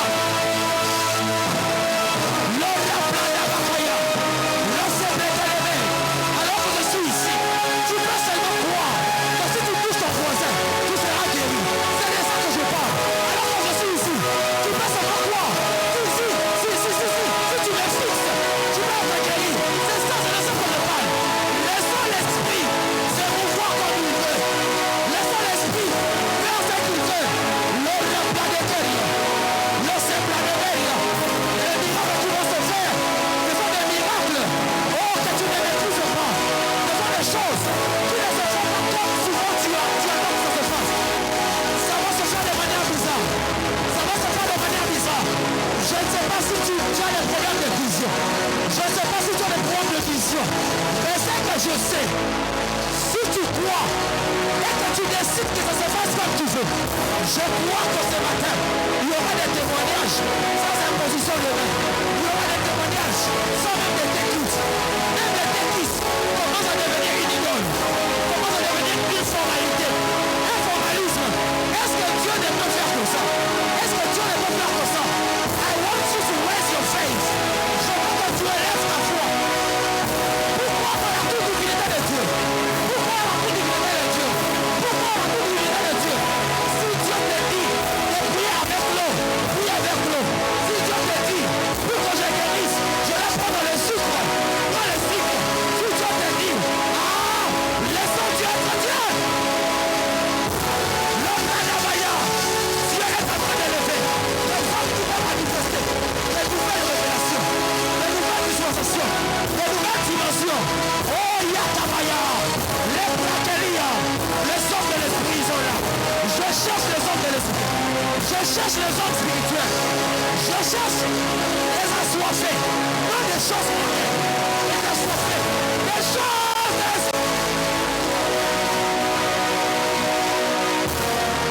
Je cherche les assoiffés. Des choses spirituelles. Dis à Dieu. Les voitures viendront après. Les maisons viendront après. Les choses, les travaux viendront après. Je veux que tu m'emmènes dans l'invisible. Je veux vivre naturellement l'invisible. Je veux vivre naturellement les surnaturels.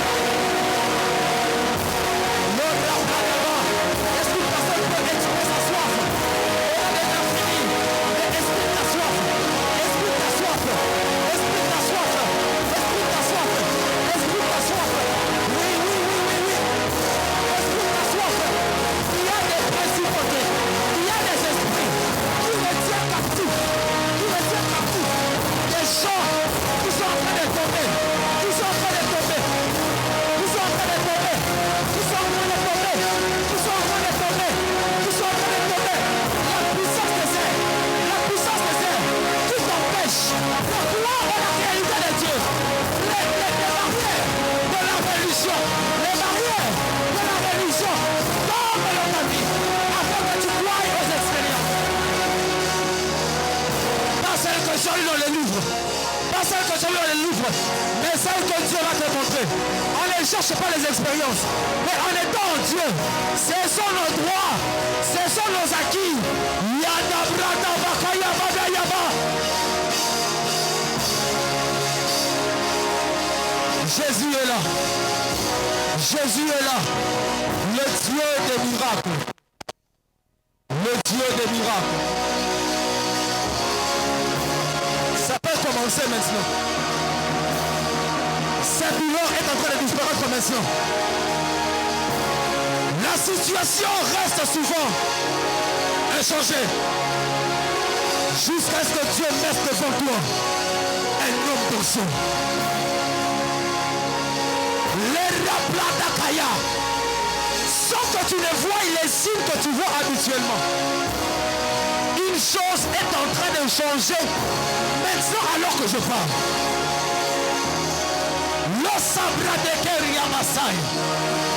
Cette douleur disparaît maintenant alors que je parle. Va voir ton médecin. Il va te dire, mais quel féticheur tu as vu? Tu lui diras, j'ai rencontré un Dieu en forme humaine. Paul a été traité de Mercure. Barnabas de Jupiter. Paul a été traité de Dieu. Il y a un Dieu qui te parle en chemise blanche enfilée. Et qui déclare sur toi, maintenant tu es guéri. Maintenant cette situation s'arrête. La religion attend que je puisse m'agiter, que je transpire. J'ai dit maintenant tu as un travail. Maintenant tu as un contrat. Si j'avais l'air un peu plus agité et bizarre, tu aurais cru. Parce que c'est la religion qui t'a mis dans la tête. J'ai dit maintenant tu es promu. Maintenant ta vie change.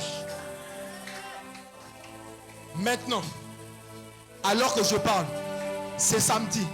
Frère, que Dieu te bénisse. Viens, je vais prier pour toi.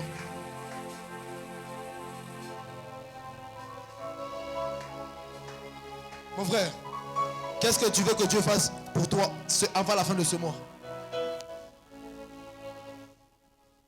Que Dieu change mon histoire. Non, ça c'est trop vague. Cible quelque chose qu'on peut voir et on palpe. Qu'est-ce que tu veux voir précisément que Dieu fasse pour que tu dises que ça vient de Dieu?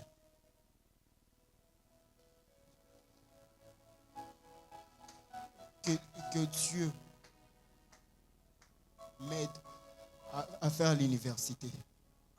C'est ça ce que tu veux. Dans quelle université tu veux étudier? L'UPEN. Tu es sûr? Prochain étudiant de l'UPEN, tu es.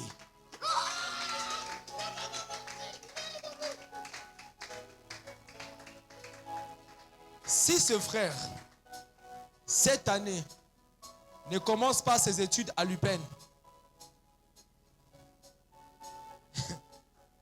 qui le connaît? Vous le connaissez? Cette année, il va étudier à l'UPEN.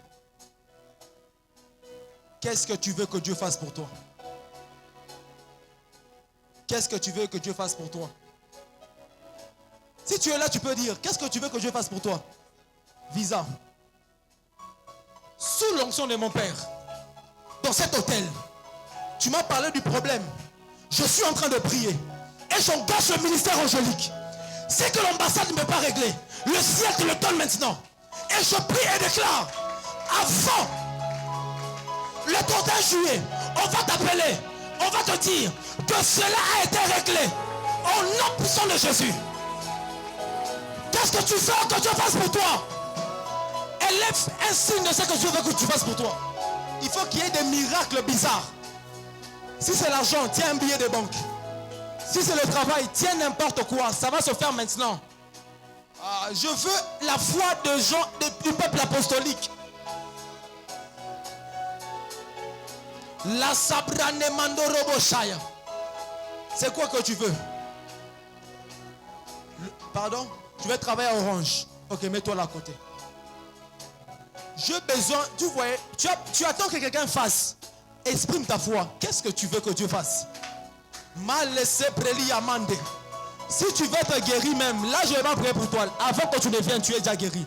C'est quoi que tu veux, maman? Tu veux une plus grande somme d'argent. Environ combien? 10 000 $. Pardon? 10 000. 10 000. Une histoire vraie que mon frère Enoch peut confirmer. J'ai un ami, il a fêté son anniversaire avant-hier. Il est au Canada. Il m'avait appelé homme de Dieu. Je n'ai plus de frais.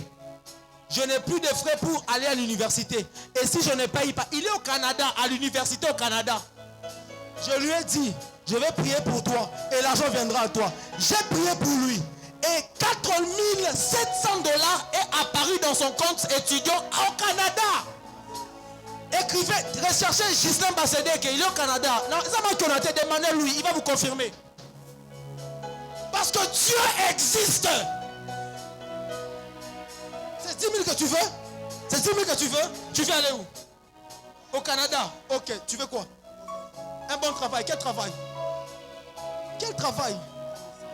Administratif, bureau, tout ça. Qui d'autre? C'est les hommes des fois qui viennent. Dieu t'a trouvé le premier travail? Ok. Ok. C'est quoi que tu veux? Pardon? Ok. Ah, j'aime ces choses. Prophète, c'est quoi? Un travail à 4 chiffres. J'aime ces précisions. C'est quoi que tu veux? Pardon? Stabilité financière. Ok. Les Bradia, homme de Dieu. C'est quoi que vous voulez?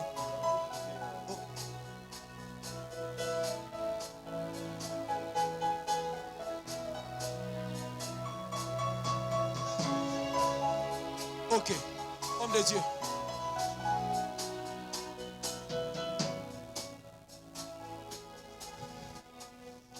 Dieu est en ces lieux. Le Dieu de mon père agit et moi aussi j'agis. Et si ce Dieu est réellement vrai, et si ce Dieu compris est réellement vrai, en ce jour, il va faire quelque chose pour toi. Je lève ma main droite. Je prie dans le nom puissant de Jésus.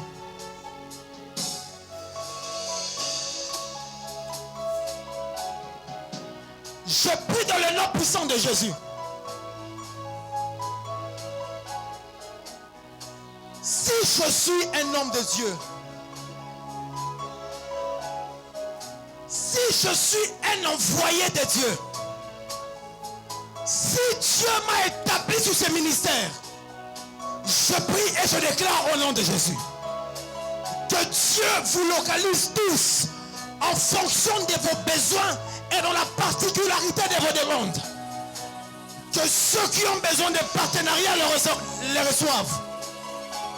Que ceux qui ont besoin de finances les reçoivent. Au-delà de vos attentes. Je disais au-delà de vos attentes. Je prie au nom de Jésus que le miracle commence maintenant. Vous êtes localisés. Vous recevez le travail. Vous recevez le visa. Ma soeur, bon voyage. Qui voyage? Bon voyage à tout celui qui veut voyager. Bon travail à tous ceux qui veulent travailler. Je décrète et déclare au nom de Jésus que tu vas commencer à travailler. Je décrète et déclare que cette semaine tu vas signer un contrat. Tu vois, je décrète et déclare que cette semaine que tu reçois le financement. Je déclare et déclare au nom de Jésus qu'un miracle de 48 heures te localise. Que Dieu ne fait pas ce qu'on fait dimanche. Si on ne donne pas les gens du travail dimanche, toi tu l'auras dimanche. Je décrète et déclare au nom de Jésus. Ta situation change maintenant. Parce que tu as accepté de croire en la divinité établie en ces lieux. Je décrète et déclare que les murs qui te séparent de ton miracle tombent maintenant au nom de Jésus. Mon frère, Dieu m'a dit de te dire, au-delà de ce que tu as attendu, Dieu te donne. Je vois une personne que Dieu donne une grande vitesse. Je parle d'une grande vitesse. Et retiens ça. Avant le mois de septembre, je suis en train de voir que Dieu finalisait ce dont tu m'as parlé. Je prie et déclare, Dieu a fini de travailler. Tu vois, personne ne peut tomber, mais Dieu peut guérir. Personne ne peut tomber, Mais des miracles se sont faits. Moi, je crois que tu es guéri. Qui a un problème d'une oreille ici? Lève ta main rapidement. Problème d'une oreille. Lève ta main rapidement, s'il te plaît. Tu entends difficilement d'une oreille. D'une oreille. Lève ta main, s'il te plaît. Avance. Est-ce qu'on peut, vous pouvez rentrer? On va finir avec ces miracles. Vous êtes tous visités. Mon frère, non, lève-toi, s'il te plaît. Lève-toi. Lève-toi. C'est quelle oreille?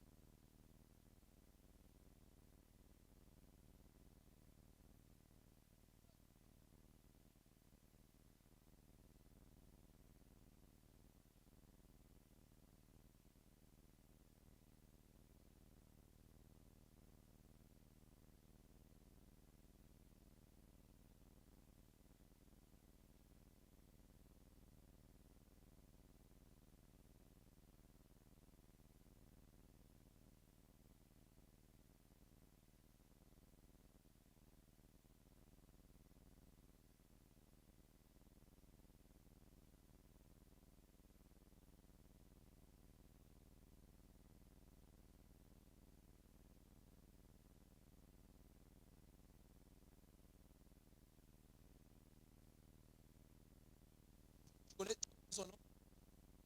Tu as entendu son nom?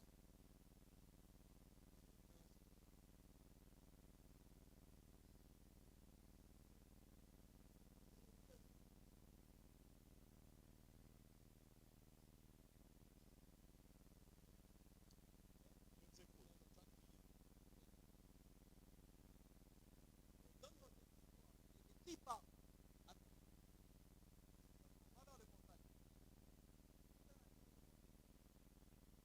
Les miracles, hein? On cherche les pour tester.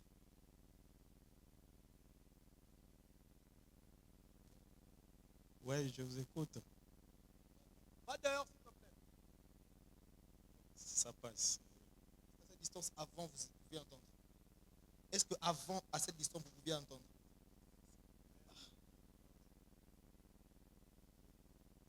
Attendez, c'est quoi votre numéro? Ça passe pas.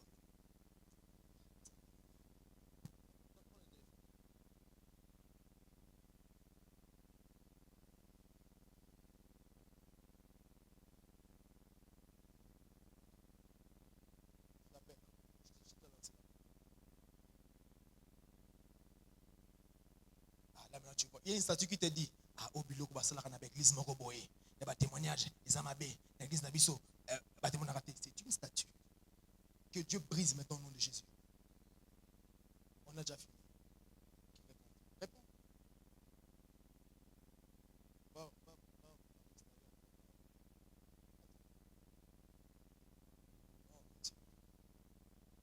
Écris pas, hein, parle vraiment normalement. Tu peux parler.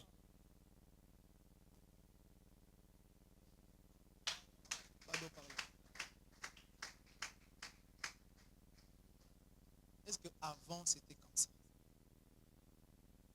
Il faut. Mais là, vous n'avez pas activé. Et vous êtes guéri. Au nom de Jésus. C'est fini. Que Dieu vous bénisse. Est-ce qu'on peut acclamer le Seigneur Jésus? C'est Jésus et Jésus-Christ seul qui peut le faire. Pas le nom d'un homme, pas le nom d'une femme, pas le nom d'un pasteur, mais le nom de Jésus. Le nom de Jésus. Le ressuscité du troisième jour. Au nom de Jésus-Christ. Amen. Alléluia. Que Dieu vous bénisse.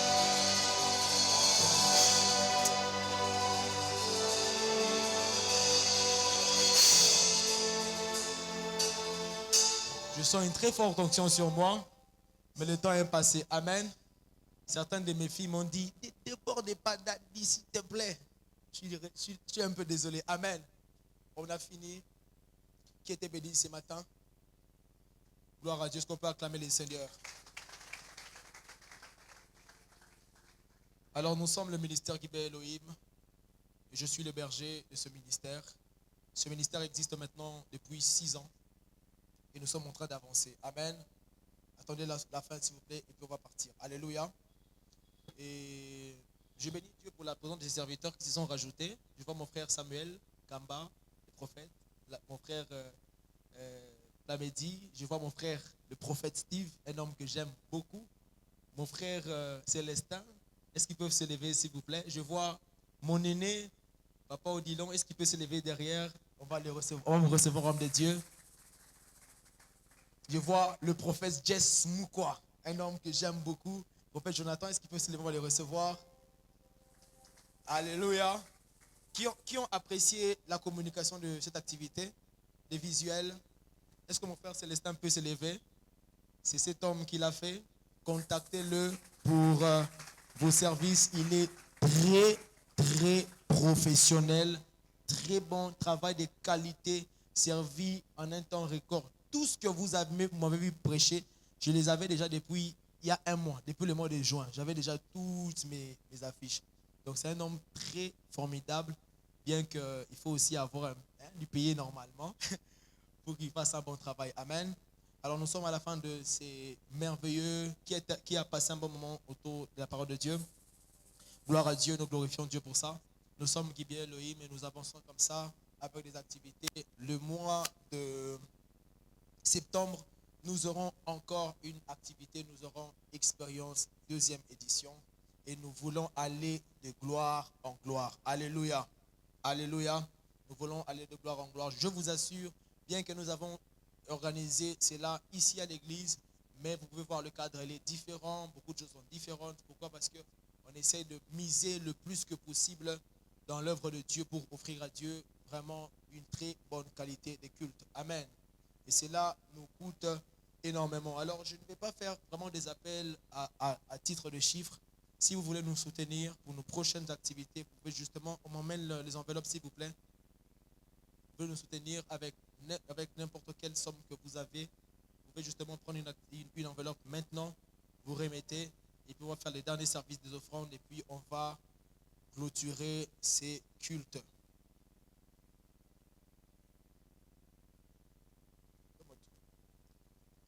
Vous voulez nous soutenir, peu importe la somme, en tout cas, on va fixer. Je crois que Dieu peut nous bénir par vous. Maintenant, vous en avez. Vous pouvez mettre ça directement dans cette enveloppe. Venez prendre l'enveloppe ici chez moi. Venez prendre l'enveloppe ici chez moi. Vous voulez nous soutenir maintenant? Je crois que Dieu vous bénira. Merci beaucoup. Merci, homme de Dieu. Nous voulons faire des grandes choses pour Dieu. Merci de nous soutenir. Quelqu'un d'autre? Vous voulez le faire maintenant? Ah, merci, homme de Dieu. Merci, homme de Dieu. Vous pouvez revenir mettre et puis remettre dans ce panier ici à ma gauche. La dernière enveloppe. Dernière enveloppe, s'il vous plaît. Qui la prend? Merci beaucoup. Amen. Vous pouvez justement remettre ici maintenant. La deuxième communauté que nous avons, nous sommes vraiment dans le besoin pour élargir l'équipe des ouvriers. Alléluia. Vous voulez travailler avec nous pour cette œuvre, travailler avec nous dans ce ministère. Vous pouvez justement nous voir à la fin et on va vous recruter, vous faire passer par le temps d'enseignement, des formations, après quoi vous serez officiellement ouvrier du ministère Gibea Elohim. Alléluia. Alléluia. Nous voulons faire des grandes choses pour Dieu, je vous assure. Déjà, je vous annonce que au mois de décembre, on va tenir Revival Meeting 3. Amen. Alléluia. On va le tenir dans une salle, pas ici, ça sera ailleurs et ça sera vraiment glorieux. Nous commençons déjà les préparatifs de cette activité-là maintenant. Alors, si vous voulez vous joindre à nous pour travailler dans ce ministère, ne doutez pas, venez nous voir à la fin et on va travailler ensemble. Alléluia. Qui a été béni ce matin. Alors, on va prier pour nos offrandes ordinaires. Père, je prie pour les offrandes, pour ces personnes qui sont venues en retard, qui n'ont pas eu à mettre des offrandes. Je prie, Seigneur Dieu, que tu le bénisses au nom de Jésus-Christ. Amen. Vous pouvez aussi rapidement venir avec vos enveloppes que vous avez prises. Vous mettez dans le panier à ma gauche, au milieu, à ma droite, sur l'estrade. Et ceux qui n'avaient pas encore mis les offrandes peuvent avancer et mettre.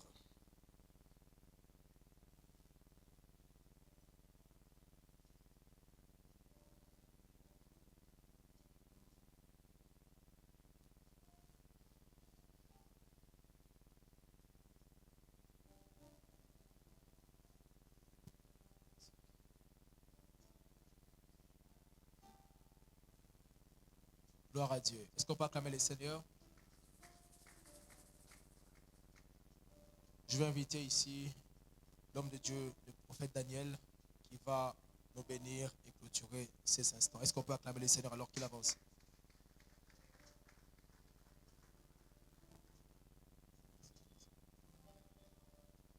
Est-ce que nous pouvons nous tenir debout dans la présence de Dieu? Tu vas recommander ton retour entre les mains du Seigneur et tu vas demander à Dieu d'ouvrir sur toi le ciel des expériences. Dans le nom de Jésus, nous prions. Tendre Père, nous te disons merci pour ce moment.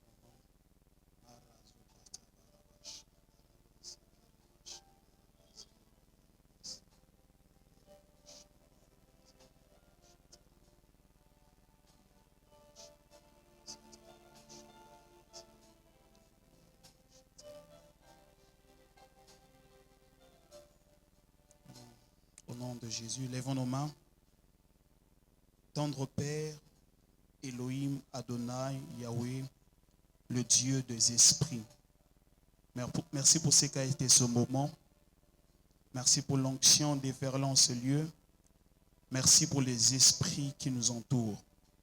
Je prie, Père éternel, que ce que tu as libéré dans la nature, que ce que tu as libéré dans nos esprits reste attaché à tout un chacun de nous. Je prie qu'à partir de maintenant, qu'à partir de cette nuit, que les portes spirituelles s'ouvrent devant nos esprits. Qu'à partir de ce moment, éternel Dieu de gloire, que tu emmènes ton Église, ton peuple à expérimenter de nouvelles choses dans le royaume des cieux. Je prie, Père éternel Dieu de gloire, que l'armée que tu as suscitée en ce jour puisse embraser cette commune, puisse embraser cette ville. Que l'armée que tu as suscitée cet après-midi puisse embraser les nations dans le nom de Jésus-Christ. Je prie, Père, dans le nom de Jésus, que parmi de ceux qui sont en ce lieu, qu'il s'élève des personnes qui vont emmener ton royaume dans les nations. Qu'il s'élève des personnes qui vont emmener ton royaume dans les entreprises. Qu'il s'élève parmi nous des personnes qui vont emmener ton royaume dans des institutions éternelles, Dieu de gloire, politiques. Merci de le faire, qu'il te plaise de garder nos cœurs dans la sainte doctrine et garde notre foi jusqu'à ton retour dans le nom de Jésus. Nous déclarons le bonheur. Oui, le bonheur et la grâce m'accompagneront tout le jour de ma vie et j'habiterai dans la maison de l'Éternel jusqu'à la fin de mes jours. 3 fois Amen, Amen, Amen, Amen.